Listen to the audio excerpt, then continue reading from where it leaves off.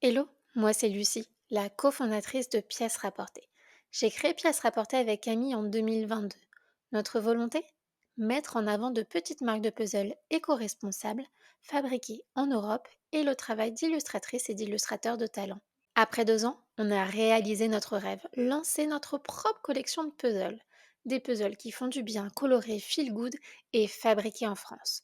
On a sélectionné 4 illustratrices coup de cœur et on leur a demandé leur propre définition du bonheur. Et comme mettre en avant le travail des illustratrices nous tient vraiment à cœur, on s'est dit que ça pouvait être sympa d'enregistrer une conversation afin de mieux les connaître, se plonger dans leur univers et découvrir les coulisses de leurs illustrations originales pour cette première collection de puzzles pièces rapportées.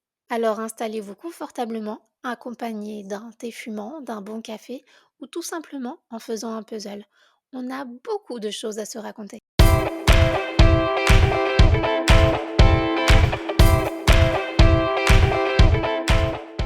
Bonjour Émilie, je suis heureuse de te retrouver aujourd'hui. Il faut savoir que pour notre première collection, tu faisais partie des illustratrices que nous avions contactées. Et puis, nos boîtes mail s'en sont mêlées et nos échanges sont tombés dans les spams. Alors, quand nous avons commencé à réfléchir à la seconde collection de puzzles, ton nom est tout de suite revenu sur la table. On t'a donc contacté de nouveau et cette fois-ci, on s'est assuré que notre message serait bien reçu.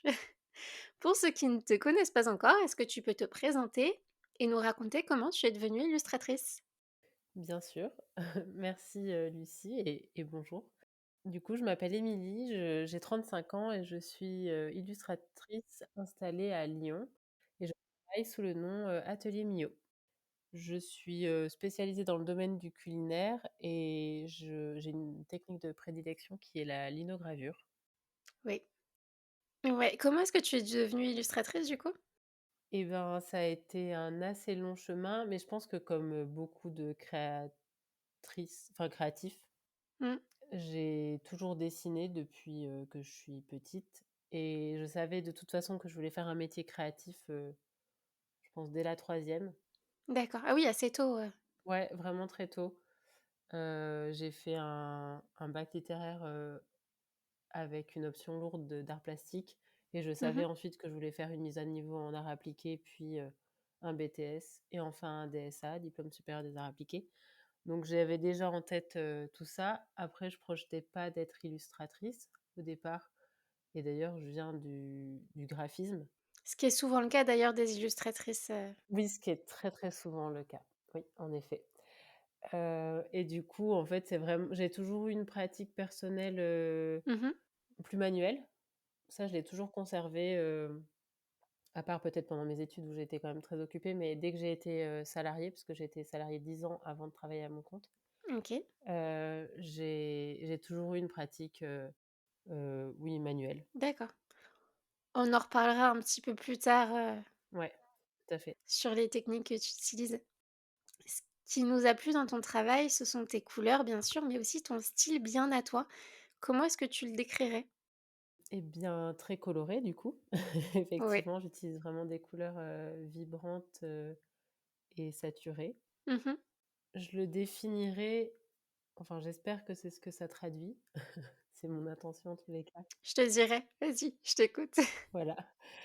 Je dirais généreux et assez réconfortant. J'ai des formes qui sont très rondes et très, oui, très arrondies. Mmh. Je travaille, ben, avec les formes de la vaisselle évidemment, puisque les verres, les tasses, les assiettes, vu que mon travail se concentre aussi beaucoup autour de la table, je ne l'ai pas vraiment présenté au départ, mais je représente des scènes de table et des natures mortes. Mmh.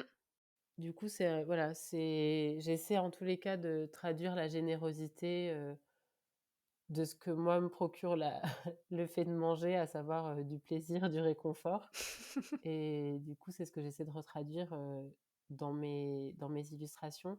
Mmh. Mais en réalité, mon style, je pense que c'est surtout les techniques, enfin ma technique de prédilection qui est la linogravure, Ouais. qui a un peu, imposé aussi ce style puisque, j'en parlerai peut-être un peu plus tard, si on rentre dans le détail de la linogravure, mais Mmh. ça implique d'imaginer l'image, en positif et négatif et du coup, il y Mmh. a enfin moi j'ai mon traitement, je l'ai un peu stylisé et simplifié C'est ça, tu as vraiment, je trouve, un style, enfin, une interprétation un peu naïve et c'est ça qui nous a plu où, tu as ta tasse, par exemple, qui a une forme, très simple et c'est ce qui fait tout son charme et je pense que ça vient de la linogravure où tu nous expliqueras un peu ce que c'est mais, c'est induit, je pense, par ça. Oui, ouais, ouais, c'est certain. Tu travailles du coup beaucoup avec des techniques dites traditionnelles que sont la gouache et la linogravure. D'ailleurs, j'ai vu que tu animais des ateliers de linogravure, si jamais cela intéresse des Lyonnais qui sont dans le coin. Et pour ceux qui ne connaissent pas, est-ce que tu peux nous expliquer ce qu'est la linogravure? Qu'est-ce qui t'a amené à ces techniques dites traditionnelles? Et est-ce que tu aimerais peut-être en explorer de nouvelles?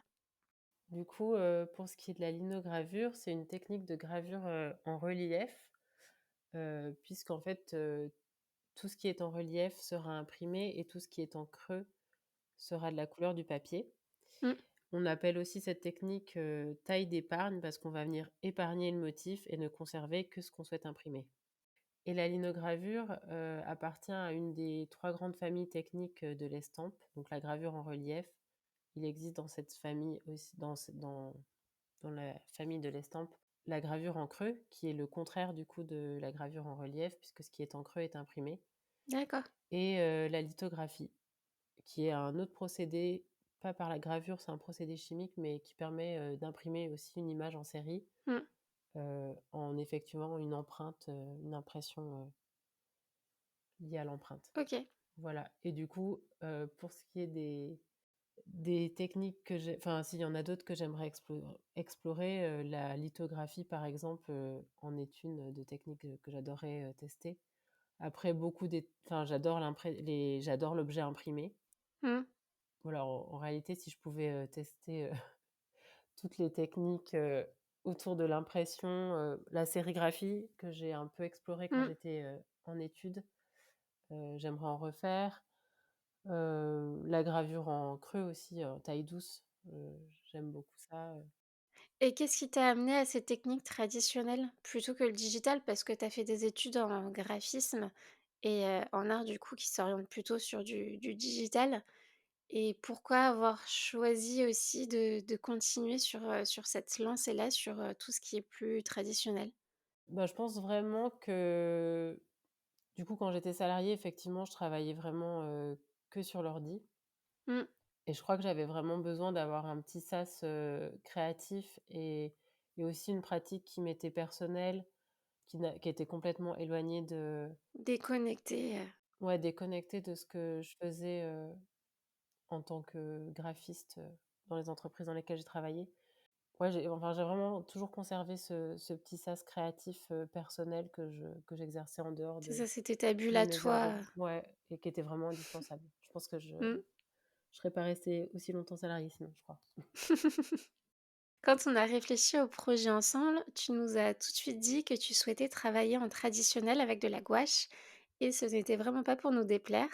Pourquoi faire le choix de privilégier des techniques traditionnelles et quel est le processus quand tu dois fournir un fichier digital à un client comme nous pour une collaboration avec une marque? Alors j'ai souhaité, travailler en traditionnel, parce qu'en fait, à chaque fois que j'en ai l'opportunité, clairement je préfère favoriser le traditionnel que Mmh, le digital. Là, comme c'était la création d'une seule image, pour le puzzle. mmh, Et en plus, c'était aussi l'occasion de faire de la gouache. J'en fais pas assez, j'aimerais en faire davantage, ouais, et du coup, j'ai saisi l'opportunité, donc j'étais trop contente de pouvoir en refaire. ben nous aussi. Et du coup, comment tu procèdes, parce que du coup, c'est un peu plus enfin, c'est différent et par exemple, s'il y a des modifications à faire sur, un support, traditionnel, c'est complètement différent par rapport à un fichier digital où là, c'est des histoires de calque et cetera. Donc comment est-ce que tu fonctionnes dans ces cas-là?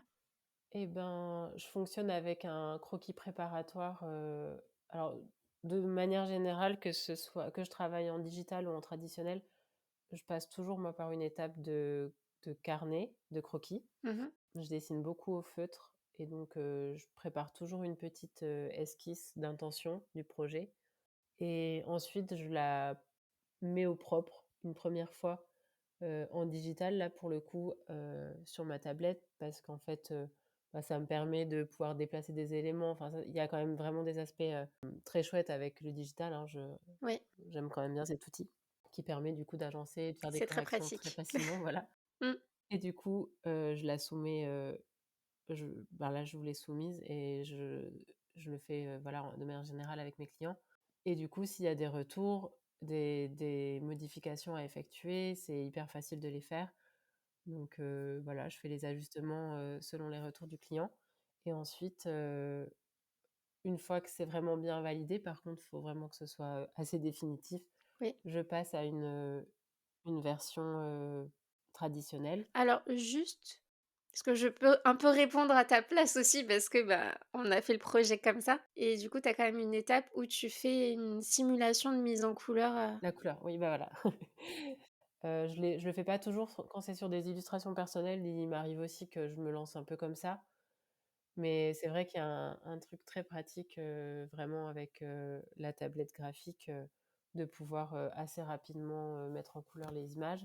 Et du coup, moi, ça me permet, bah, de valider ma gamme de couleurs et de me lancer, un peu plus sereinement. mmh, Je peux toujours un peu corriger, mais c'est fait, ouais, voilà. c'est ça. On n'a pas trop de marge de manœuvre. Mmh. Une fois que c'est fait, c'est fait. Et du coup, après, quand tu as ta peinture qui est terminée, tu la scannes? Oui, tout à fait. Ensuite, je la scanne et ensuite, j'effectue quand même des retouches parce que, bah, il peut y avoir des petites, imperfections au moment du scan. Et puis même, je peux avoir fait des petites taches sur ma gouache que je souhaite pas forcément conserver. Donc je fais des petites corrections, de la retouche. Et ensuite, alors ça, c'est ce qui me ce qui est toujours difficile quand on travaille, vers de l'impression, on est obligé de traduire le fichier en CMJN du coup, à destination du print. Et c'est vrai qu'on perd toujours en en saturation de couleur, en En intensité, intensité. ouais. Et c'est vrai que ça brise toujours un peu le cœur, je trouve, de Oui, parce que l'original est toujours différent de la version imprimée, du coup. oui, bien sûr. Voilà, du coup, c'est comme ça que je fonctionne. Donc je passe ça ensuite en CMJN et je fournis ensuite le Mmh, fichier, en fonction de la demande.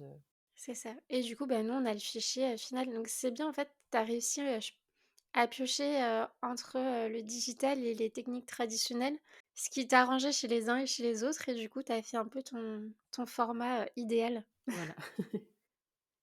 Parce que oui, quand tu dis que tu «corriges» entre guillemets, ton support traditionnel, quand tu passes en digital, il faut savoir quand même que tu gardes, le côté, pas imperfection, mais par exemple sur ta gouache, des fois, on voit des traits et cetera et du coup, c'est vraiment le charme Oui, oui. de la gouache. Donc c'est pas, tu vas pas lisser, vraiment tes textures et cetera. Non, non, en aucun cas. Ouais, ouais, non, non, bien sûr, je veux absolument qu'on voit les traits de pinceau et tout ça. C'est tout l'intérêt en plus de faire de la gouache. Oui, oui, bah, oui, sinon, oui, clairement, sinon, faut rester en digital. Non, non, c'est vraiment, des petites imperfections, des choses, voilà, je fais des petites retouches, pour nettoyer le fichier plus que enfin, je cherche pas à corriger les traits de pinceau. Ce n'est pas la première fois que tu illustres un puzzle. Je pense notamment au puzzle Goûter au vase bleu que tu as fait avec la marque allemande Das Puzzle Collectif qu'on aime beaucoup. Est-ce que c'était une illustration originale spécialement créée pour le puzzle? Et si oui, est-ce que tu avais une thématique imposée? C'était en effet, une illustration que j'ai créée spécialement pour le puzzle. Ok, J'avais pas de sujet vraiment imposé, mais on avait convenu par contre ensemble, bah, de toute façon, il venait me chercher, pour mon travail. c'est évident. Quand on travaille avec une illustratrice, c'est toujours qu'on est séduit par son style, par son univers. C'est pas pour lui demander complètement autre chose. Évidemment, tout à fait. Et du coup, il était convenu que je travaille sur une scène de table, bien sûr. En fait, je me rappelle plus bien, à quel point on avait défini ensemble, le sujet, mais c'était très, très libre, hein. Mm. Il y avait pas de thématique particulière, mais je sais plus si on avait défini en amont, par exemple, que ce serait une table printanière, dans tous les cas, je suis partie sur ce sujet. Mais tu étais assez libre et puis... Oui, j'étais assez libre mm, et pareil, j'avais très envie de profiter de cette opportunité pour, travailler en traditionnel, donc c'était aussi une gouache que j'ai faite, pour t'éclater. voilà, exactement. Et je crois pas t'avoir déjà posé la question. Est-ce que tu es une fan de puzzle? Ah! Bonne question. Tu as le droit de nous répondre non, hein. Et ben, je vais te répondre non. Pas de pression. Non, en vrai, je trouve que l'objet est très chouette. Je déteste les puzzles.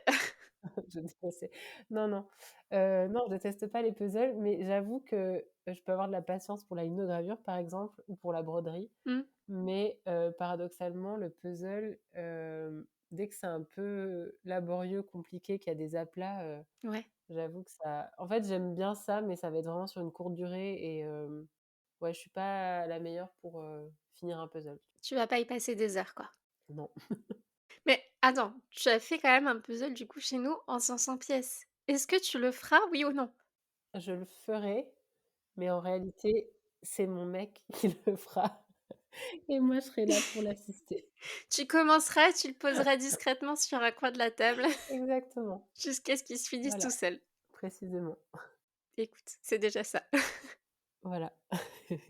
Lorsqu'on t'a parlé de notre thématique du bonheur, tu avais 2 pistes en tête, soit une scène de café, soit un bureau plutôt créatif. Est-ce que tu peux nous décrire chacune des scènes que tu avais en tête? Pour la première, du coup, oui, j'hésitais entre 2 scènes, effectivement et celle du café, c'était, l'idée enfin, dans les habitudes que j'ai et que j'aime beaucoup, c'est aller travailler dans des cafés. Mmh. Dessiner dans des cafés, j'adore ça, prendre mon carnet de croquis et juste aller me poser, commander, un latte, une pâtisserie et passer du temps, à observer les gens et à dessiner un peu. Ouais. C'est la première scène que j'avais en tête Mmh. et la seconde, c'était, du coup une scène d'atelier et tournée autour de mon atelier et des outils que j'utilise, pour ma pratique, de la linogravure. C'est celle-ci que finalement, j'ai dessinée.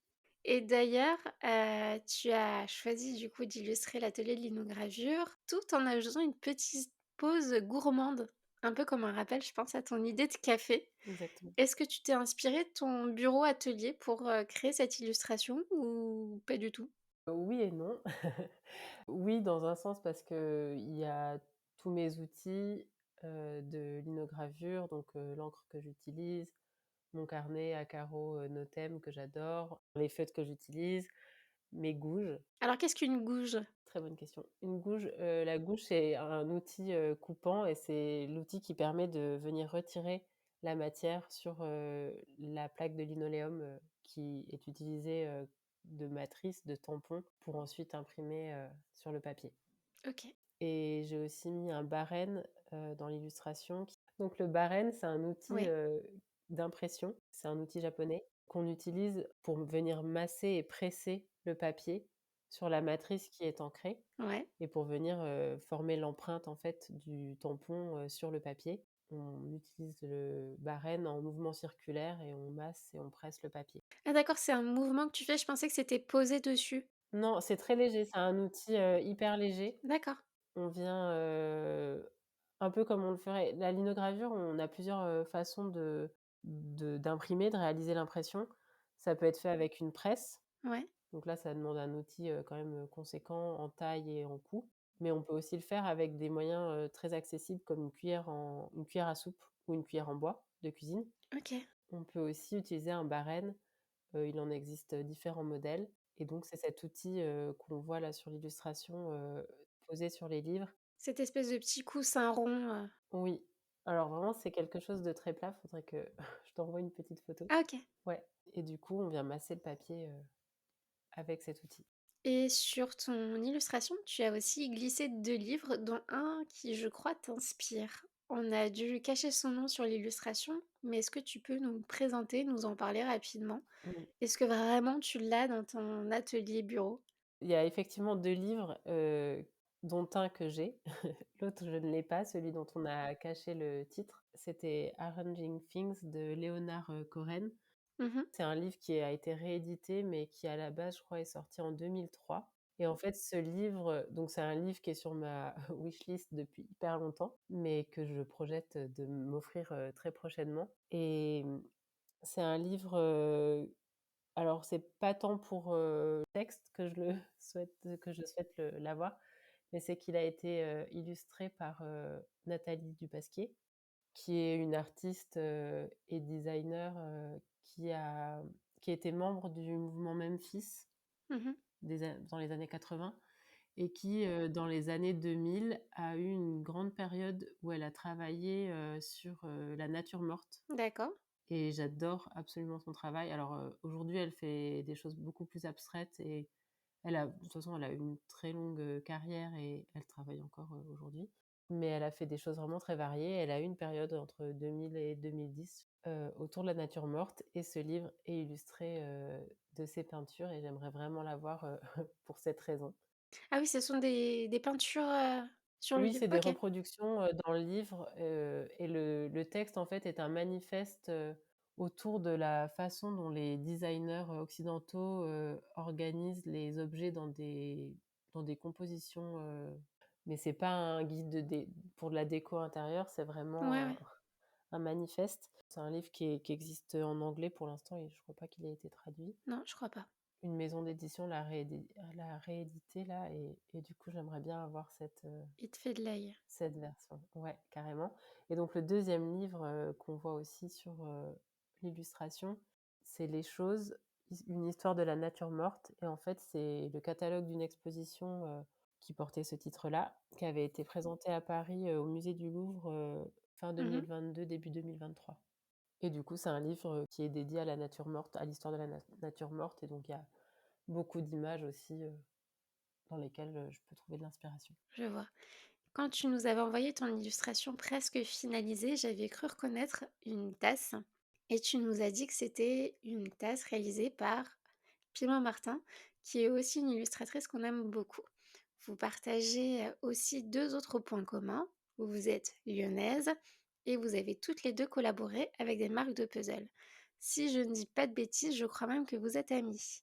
Comment qualifierais-tu ton rapport aux autres illustratrices? J'ai l'impression que c'est un secteur avec beaucoup d'entraide et de bienveillance. Est-ce que tu partages, cet avis? Complètement. Je partage complètement cet Bon, avis. ça va. Oui, oui.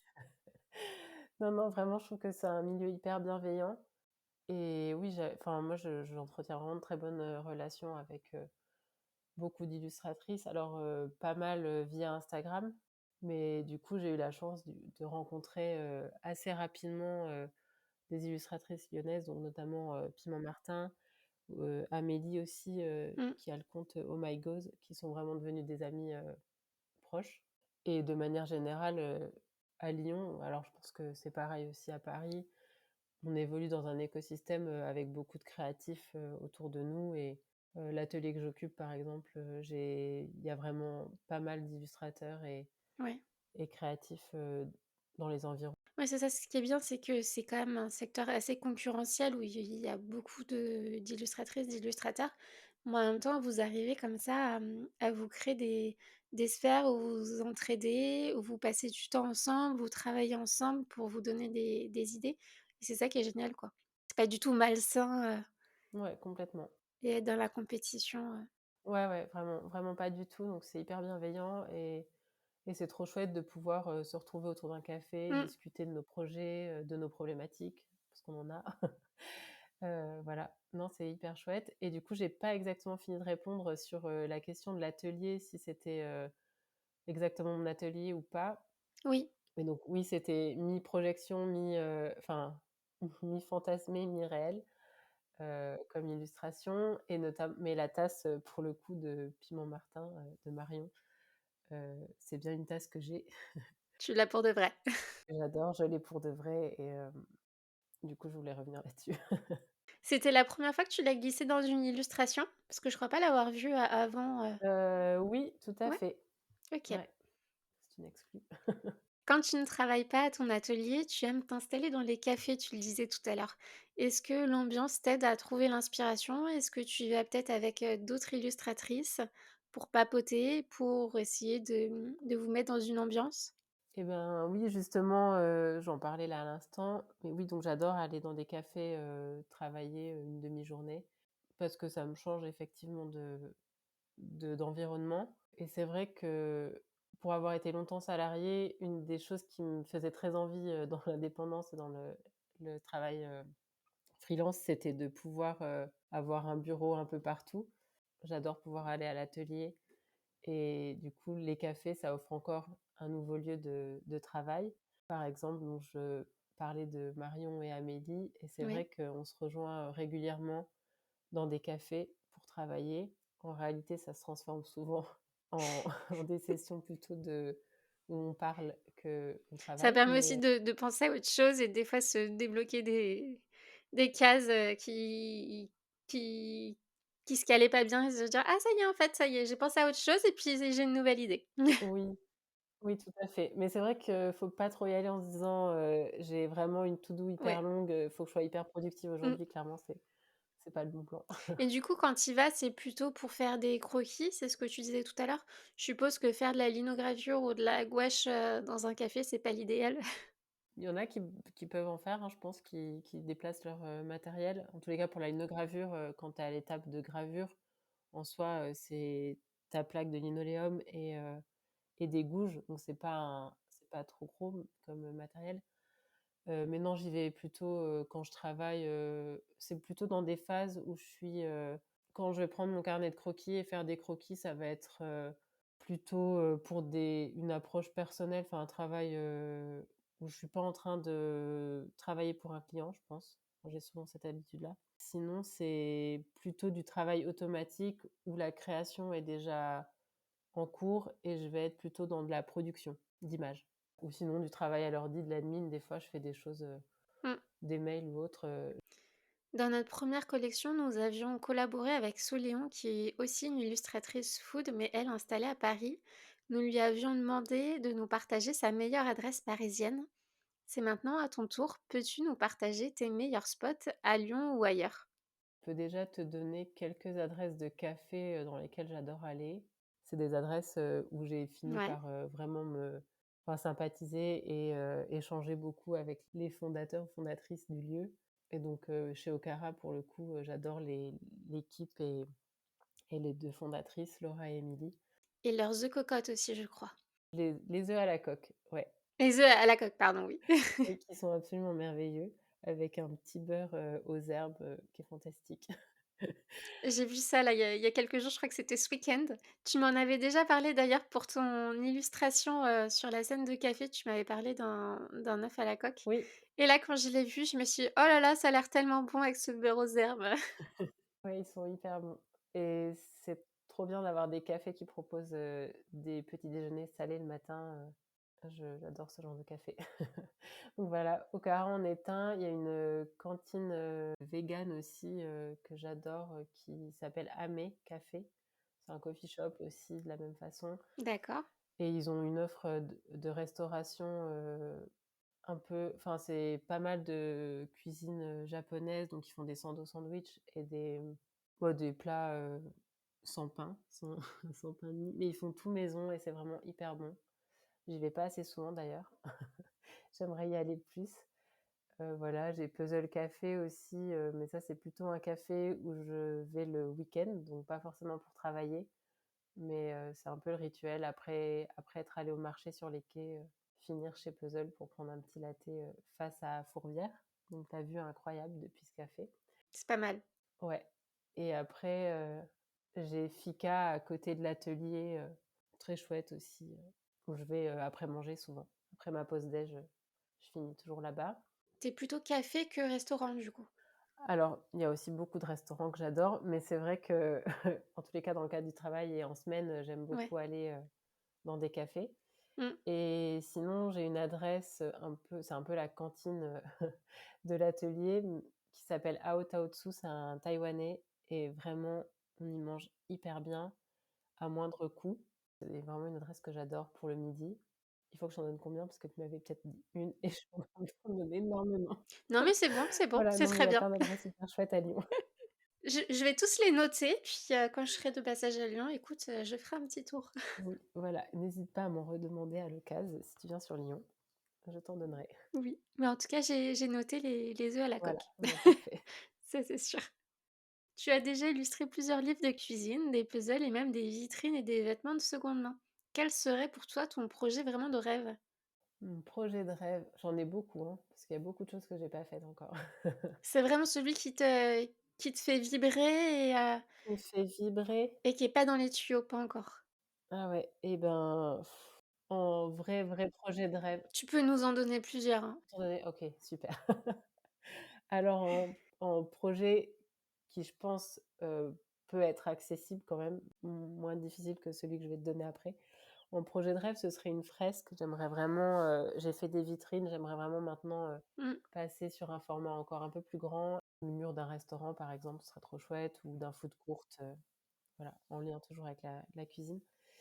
Voilà et en deuxième projet rêvé, ce serait, une collection d'objets, autour de l'art de la table, donc collection textile, mais aussi vaisselle pour, une marque, ça j'aimerais trop, ouais. Pas mal. Et pourquoi pas, tu vois, trouver un resto qui accepte que tu lui fasses et sa fresque et je sais pas, des serviettes, de table, de la vaisselle, par exemple dans un café, ça pourrait être, le projet parfait. Oui, ça pourrait être très chouette. Ouais, en effet. Notre objectif avec Pièces Rapportées est de proposer des puzzles qui font du bien tout en faisant découvrir le travail d'illustratrice. On va maintenant verser les rôles et c'est à toi de nous faire découvrir un ou une illustratrice qui t'inspire ou que tu as récemment découvert. Je t'écoute. Ouh là là, je dois en donner qu'un ou qu'une? Tu peux en donner 2 si tu veux, comme ça tu te mouilles pas trop. Aïe, aïe, aïe.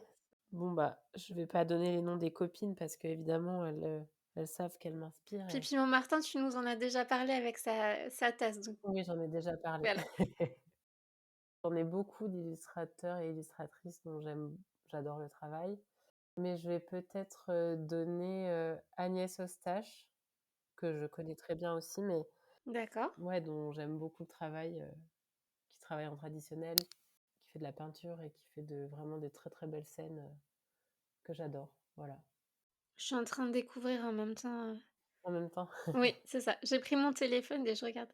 je pourrais en donner une autre dont j'aime Vas-y. beaucoup, beaucoup le travail. Bah, c'est des Lyonnaises après, j'ai Oui, on est, d'accord. Carole Barraud qui travaille au feutre et qui a vraiment enfin, j'adore son travail. Et très coloré aussi et c'est drôle parce que les 2 ont un côté un peu naïf, je sais pas trop comment le décrire, mais très alors c'est pas du tout péjoratif, mais très simple, très, dans leurs traits, dans leur intré comme, ouais, très naïf, mais c'est très sympa et d'ailleurs, Carole Barraud, je vois qu'il a fait un puzzle pour, Oliway, qui est une marque de puzzle, canadienne. Tout à fait. Mmh, très sympa. Très chouette ce qu'elle a fait, oui. Et j'avais vu le puzzle, mais j'avais pas vu que c'était elle, donc effectivement, j'avais déjà vu son travail. Eh beh, écoute, super. Je vais conclure cette interview. Est-ce que pour ceux qui te découvrent aujourd'hui, comment est-ce qu'ils peuvent te suivre, suivre tes aventures? Est-ce que tu as un compte Instagram à nous donner peut-être? Atelier Mio, tout attaché à atelier au singulier, MIO. Et sinon, j'ai une newsletter mensuelle si jamais, Oui, c'est vrai. Alors elle est géniale d'ailleurs. Je la reçois tous les mois. Il faut savoir que tu as une illustration avec une recette qui sont combinées et j'ai trouvé le concept génial et j'ai hâte à chaque fois de recevoir ma newsletter, dès que tu nous l'envoies. ça me fait trop plaisir. Et du coup, pour s'abonner à ta newsletter, faut aller sur ton site? Ouais, sur le site, il y a un formulaire, de contact enfin d'inscription en pied de page, sur la page principale, d'accueil. Mais honnêtement, inscrivez-vous parce que c'est vraiment, super et j'ai l'impression que c'est beaucoup de recettes végétariennes. Alors je sais pas si tu es végétarienne et si c'est les dernières qui étaient comme ça? Pas végétarienne, mais en réalité, je cuisine vraiment pas enfin, quasi jamais de viande. J'en mange, au restaurant, chez mes parents aussi qui en cuisinent, pas mal. Mais du coup, c'est voilà, si jamais vous êtes, végétarien, végétarienne, inscrivez-vous quand même. Les recettes, j'ai l'impression que sont assez, végétales à chaque fois, donc ça Oui, posera pas de c'est soucis. vrai. Eh beh, écoute, merci Émilie pour, le temps que tu nous as accordé Merci à toi. et merci aussi pour ta jolie illustration. J'espère que, le puzzle plaira et que tu nous feras quand même quelques pièces, de ton puzzle, une fois reçu. Évidemment. J'irai jusqu'au bout même de ce puzzle. Je veux un timelapse, de ton puzzle avec, où je vois ton Oh visage là ou là! tes mains au moins. Merci Émilie, bonne journée à toi. Merci à toi.